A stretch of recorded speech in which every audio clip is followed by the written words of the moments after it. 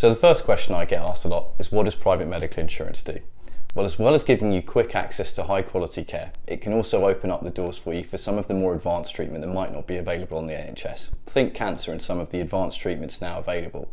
So as well as that, you also get a much wider array of choice. So instead of just getting that letter from the NHS that says you've got an appointment at this day at this hospital, you get a choice of who you see and where you see them.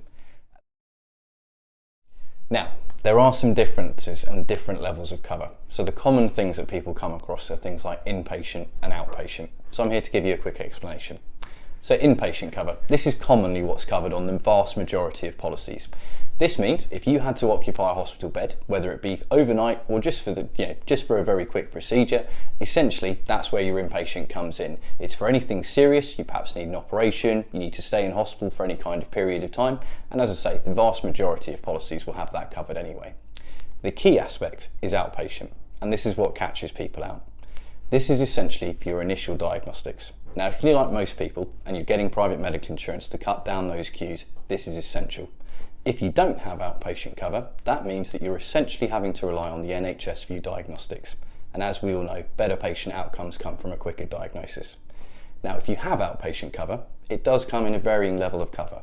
You can have a limit on it, or you can just go full whack and say, I want full cover with no limits. This is a really, really good way to look at keeping your premiums down if you have a limit while keeping that cover at a really good level. Now, outpatient cover, think of the thing like, I'm not quite sure what's wrong with me, I need to go and find out. You'll initially, as normal, go and see your GP. Most of the time, they'll do those preliminary tests and tell you that, you probably need to go and see someone and have some further testing. This is where your outpatient cover kicks in. So essentially, whether you have the diagnostic testing, you're seeing a consultant, that's where this cover comes into play. So I don't know if you also know, but with those GPs, if you want to keep those waiting lists down, all of the medical insurance providers will give you access to a remote GP as well. So it just helps to keep everything ticking along nicely and quickly, and at the end of the day, reducing the stress on you. So I get this question a lot actually. Do I still need the NHS if I've got my private medical cover? The short answer is yes. These policies are designed to complement the service provided by the NHS rather than entirely replace them. Seeing your GP face-to-face is still something that generally across most private medical insurance policies they won't cover, so it's important to keep that in there. The other factor is that private medical insurance won't cover things like accident emergency. Now imagine you've been in a car accident, you've broken your leg. Do you have 10 minutes to sit there and ring your insurer and discuss a claim with them? I bet you don't. You're going to ring 999, you're going to use the NHS service and get yourself that quick treatment. At the same time though, it doesn't mean that you can't use a combination of the both. So say for example that situation's happened, you've gone into hospital, you've been stabilised. There is nothing stopping you then being escalated to a private facility to have any of the further treatment that you require. So they complement each other pretty well and you get the best of both worlds. So this is a great question, one I get a lot of the time, acute versus chronic conditions. The simple answer is an acute condition is something that essentially an insurer or a medical professional can treat to bring you back up to the original standard of health. So let's imagine you broke your leg. Chances are you can have an operation, get your leg set in a cast, you're going to recover back up to the original standard of health. Now a chronic condition is something that the insurer can continue to treat, but you're not realistically going to show any further signs of improvement. So a great example of something like this is type 1 diabetes.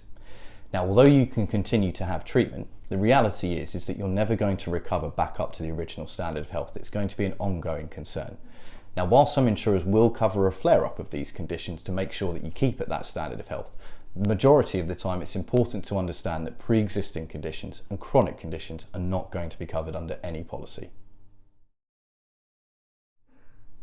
So it's really important to understand that across all of the insurers, not exclusive to any one, but commonly across the market, there are going to be some exclusions. So some things that just aren't going to be covered.